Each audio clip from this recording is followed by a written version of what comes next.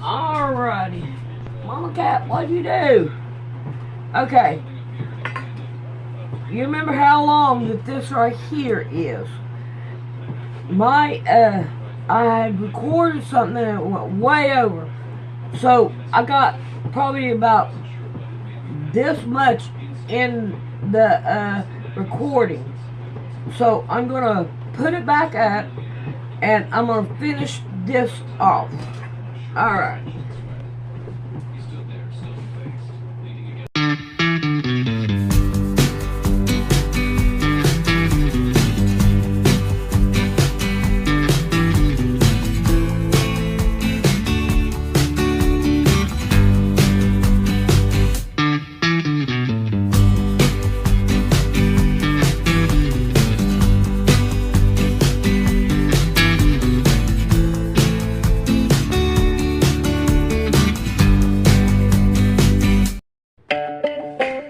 Hey there.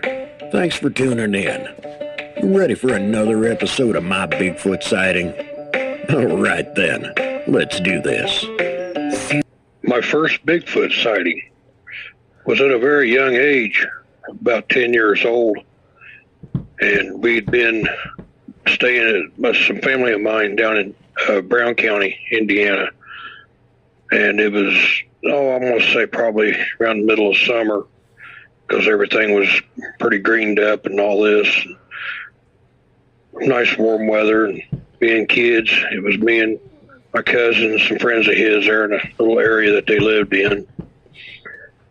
We'd been playing outside for biggest part of the time we was there. It was during that times, that kids didn't have the Xboxes and stuff. Instead, we was always out playing. Pretty much got chased out of the house anyway, but we decided that we wanted to go back to the woods. It was right there behind my aunt's house. And being young boys, we were naturally had the adventure kind of thing going on. We wanted to go out and venture through the woods and explore and all this. None of us had ever expected to see anything like we did that day. It was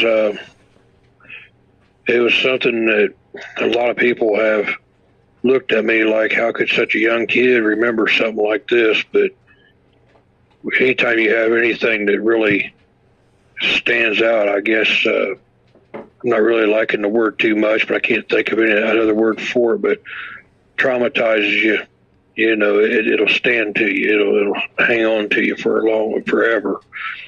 And that day, I definitely had this stand out. We had been walking down this trail after we had decided to go in and venture into the woods. We found a little trail, and it was a fairly narrow trail, meaning that we had to walk in like a single file line. And the first boy went ahead of us, and I went in behind him, and my cousin and a couple of his friends, they kind of fall in behind us. We'd went through for quite a while, and again, never really suspected anything. Nothing was out of the ordinary. I don't even remember us really even talking or saying nothing. We were just walking and checking out the woods itself. When the little boy, we came up, that was in front of me, he came up to this, like a small valley there. And just about the time he got to it, he had stopped. And when he stopped, I stepped on around him to go ahead and look on down into what was in front of him there. And just as I made my way around him and almost came to a stop myself, well, that's when I tell a lot of people Bigfoot jumped into my life. Now, at that time, I didn't know what a Bigfoot was. I had no clue. I don't even recall ever hearing anybody ever make mention of it. But from my left, this incredibly hairy, big, and the hair was extremely black. It jumped down in front of me, and It's like when you jump out of the back end of a pickup truck and you kind of bend at the knees and then stand back up. That's exactly what this did.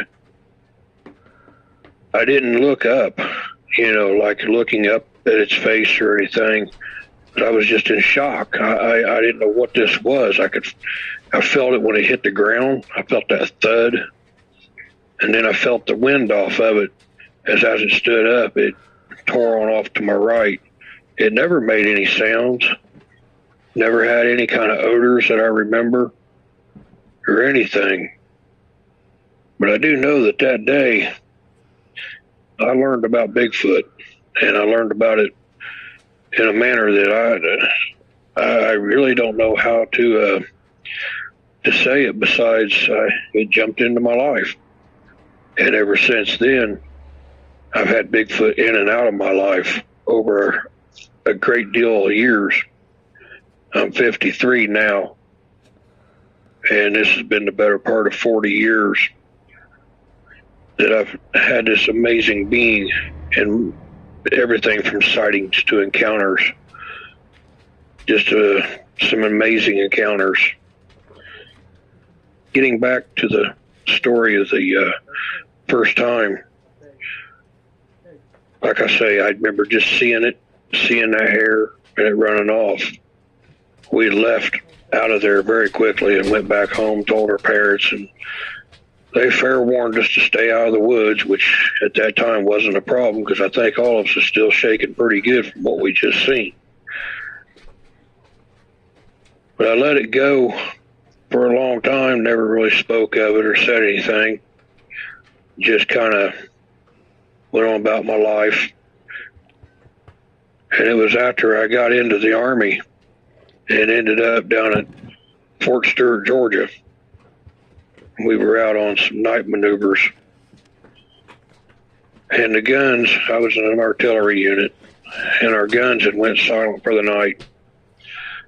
And I got the ever unpopular task of pulling gate guard, meaning that I would go up at the edge of the road where all the guns came in, and would have to sit out there in the dark with just a telephone that had a piece of wire run back to our command, and then with some weapons, but they were all loaded with blanks.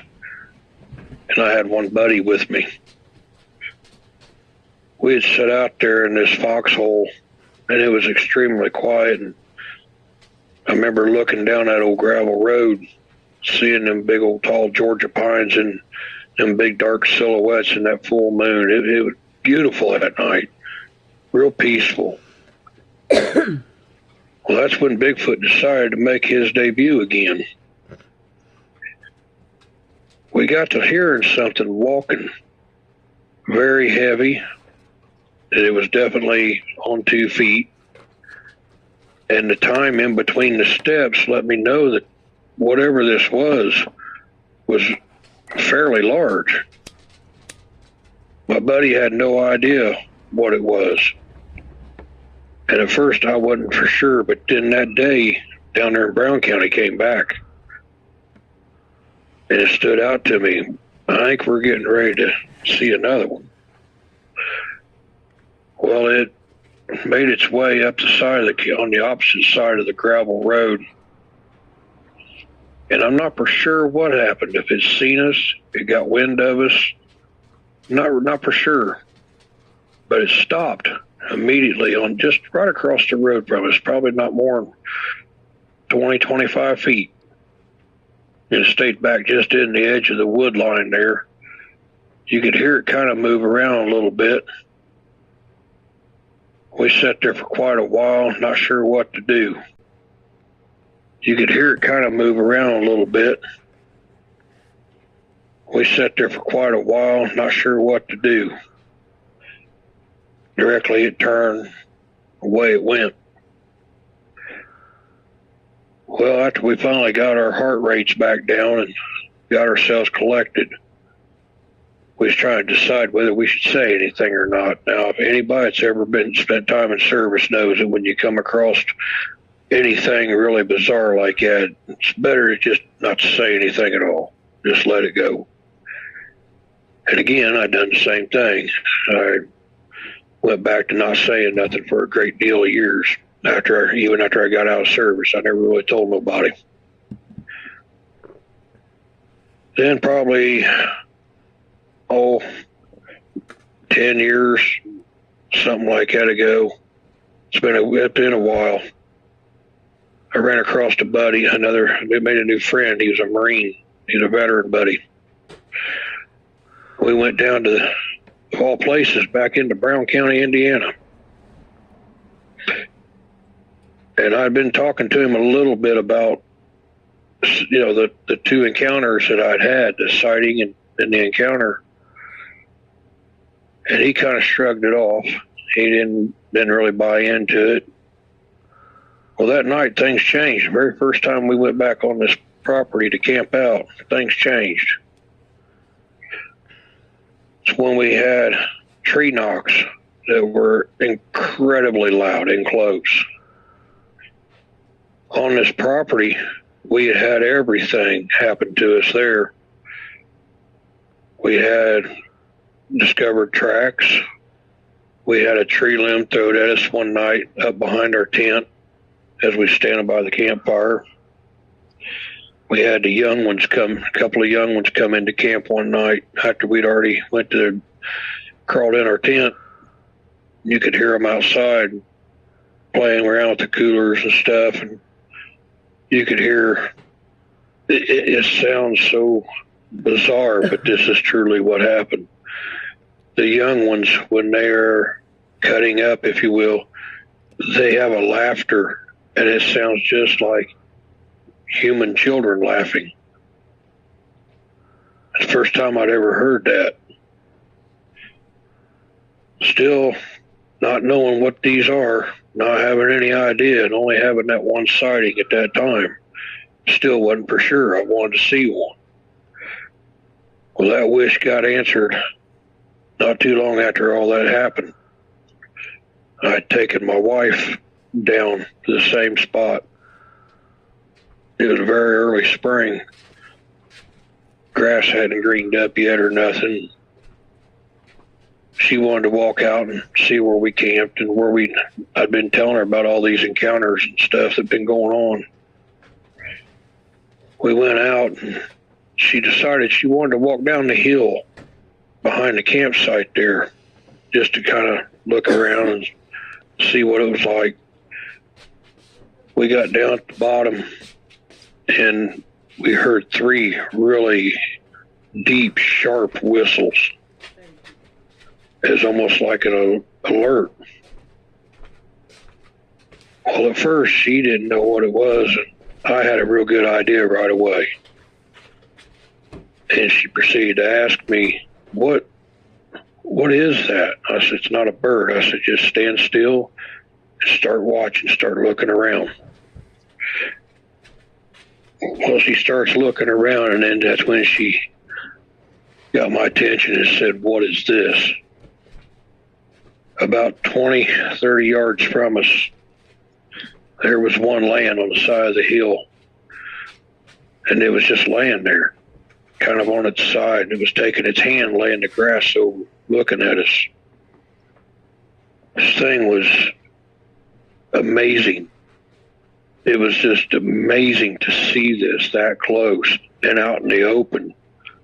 And it was even more amazing to the fact that I didn't even see it until she spotted and pointed it out. Never felt threatened, never felt like we was in harm's way. And it just kind of laid there, kept easing that grass over with that massive hand.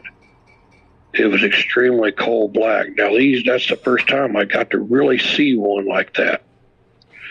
And for those that don't really know what a Bigfoot looks like, because there's a lot of people that has a curiosity but has never had the opportunity to get out in the woods for whatever reasons. Imagine, if you will, a football player, like a big lineman.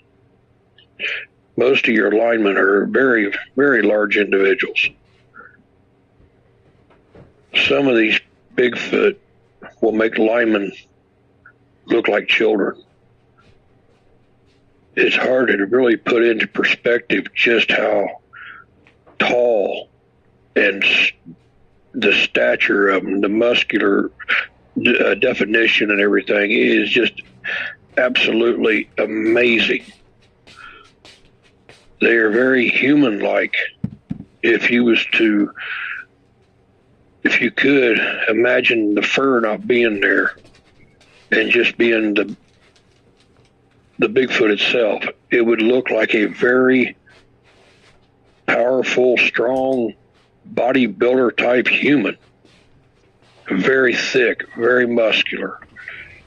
The head sits pretty much right on in between the shoulders.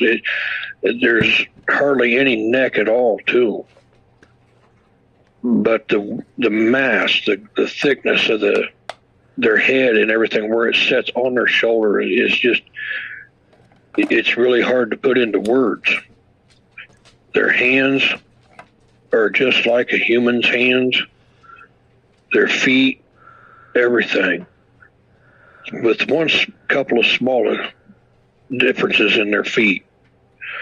On a human's foot, if you take your bare foot and place it in the dirt and then pull it straight back up, you can see an instep of where your foot is. And it's very obvious that you're a footprint.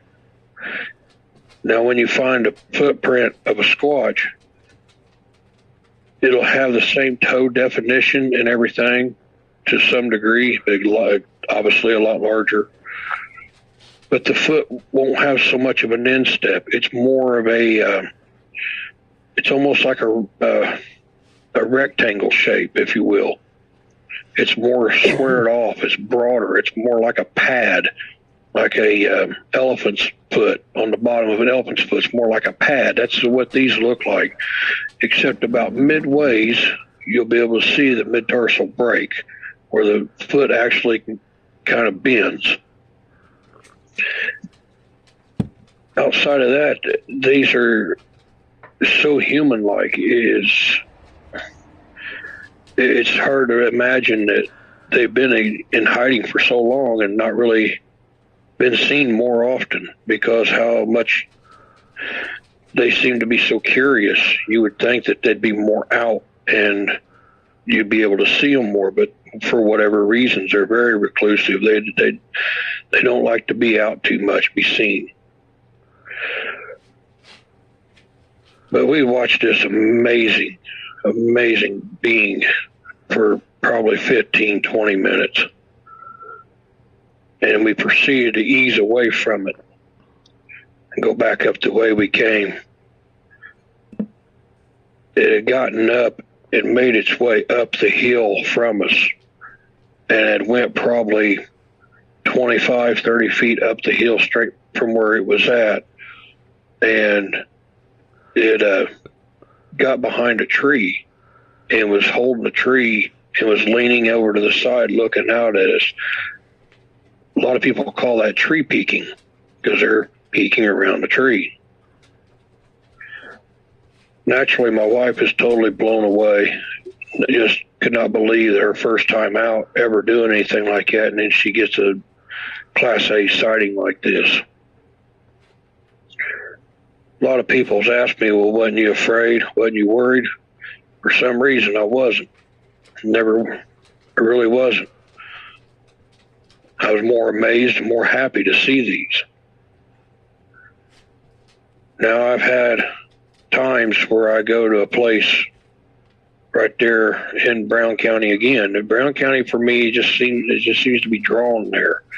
I just feel like that's where I got to be.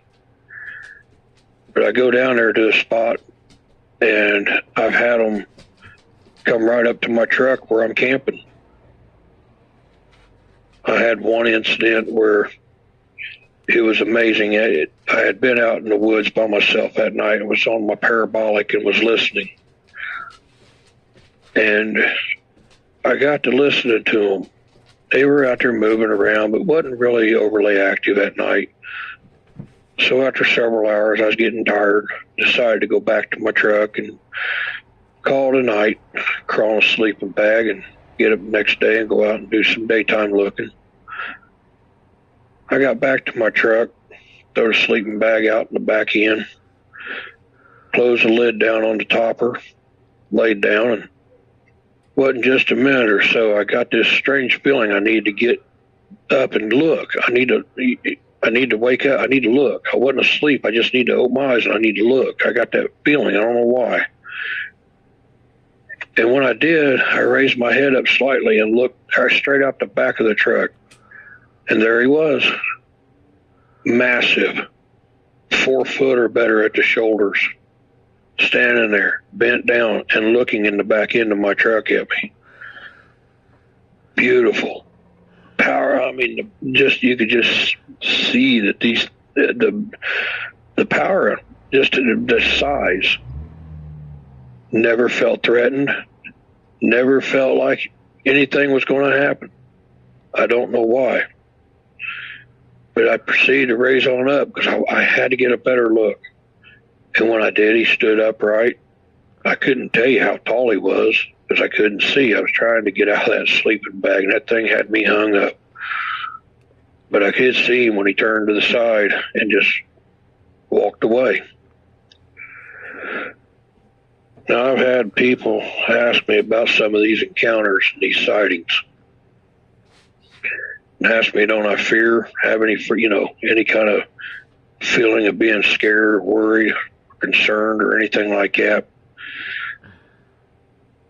I have a fear, but it's a respecting fear. I respect them and have just enough fear to know that what they could do if they were provoked. But when I do go to the woods, I know they're there. I've had the juveniles follow me. I can see them. I can hear them. I've had the adults come in close at night. Those red eyes, they'll stay off just a little ways from me, but they'll stay and they'll watch. I could see them out there. I've even had them come up behind me when I had a really small flashlight. I was trying to get in the back of my truck for the night. I was going to bed down. Could hear them coming up behind me, rustling around just a few feet away. And when I turn around to look, they take off. It was like little kids playing with you. And finally, I laid my flashlight down, pointing inside my truck so it wouldn't be on them. I just turned around. I said, all right, you guys want to come up and play, that's fine, but give me a minute. I got to go to bed. Crazily enough, that's exactly what they did. They didn't bother me till I tried to lay down, and then I could hear them back up around the truck again. Now, people's asked me also about the fear, but they've also asked me, what kind of calls do you make? Now, I've gotten the privilege of being under the teaching of this one individual, and I won't mention his name, but he had told me that you need to talk to the forest people. And I had him explain to me what he meant. So he proceeded to tell me. So now when I go out, I talk to them, let them know I'm there, and tell them thank you for letting me be in their woods. Let them know I'm not there to harm them or nothing. And just by doing that, the encounters have gotten so great. They'll come up to the truck. You know, there have been times even when I'm not even in bed, I'll be on the other side watching them play around out there in the woods. I can see their eyes moving around.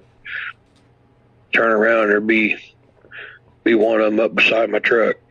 As soon as it realizes I'm looking at it, it'll take off. It's like they love to come in. They know that there's not going to be any harm done to them. Like I say, I've been dealing with these off and on for a little over, well, about 40 years now.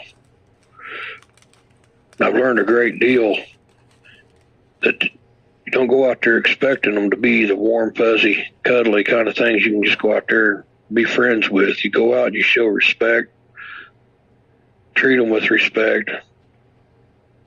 Don't be out there making a bunch of racket and stuff, but just go out and enjoy. And they will come up to you. They will. It'll take time. They'll have to get to know you and warm up to you, especially when you keep going out to the same spot. But they will come to you. Now, after all these years, and I've been back out again just this year. Last year I was out an incredible amount of time. Had several encounters. Had them come up to me, up there real close. I had one that was close enough. If it would have reached out, it probably would have touched my hand as I held my hand out to it. I couldn't see it because of all the dark, but I could definitely feel its presence there. You could hear it. I knew it was close. But I try not to push the boundaries with them too much, because I still, like I say, I don't know everything. But what I have learned is they love to be talked to. They love the respect. You leave them gifts. I try to leave them stuff like apples, stuff like that. And they like that. They've left me gifts. They brought me back like a pretty rock or something. And I'll leave it on my truck. They've left me one, I don't know where he got it, but it looked like a marble. It was like a glass. They brought it and left it for me. And just amazing things like this had happened over all these years. I finally decided that with all these encounters and sightings that I wanted to get a group started. We'd be able to get my story out, and there's so much more I could tell. So I started the group Bigfooting Indiana. We can be found on Facebook. I enjoy the people I've met, some of the stories I've heard, and I know that my stories are probably not as good as some others, but I do know that what I've had happen has been nothing short of amazing. And I'm just looking forward to getting back out there again and spending time with them. I'll be going back out this weekend. I'm looking forward to spending more time with the forest people. My name is Matt McGuire, and this is my story.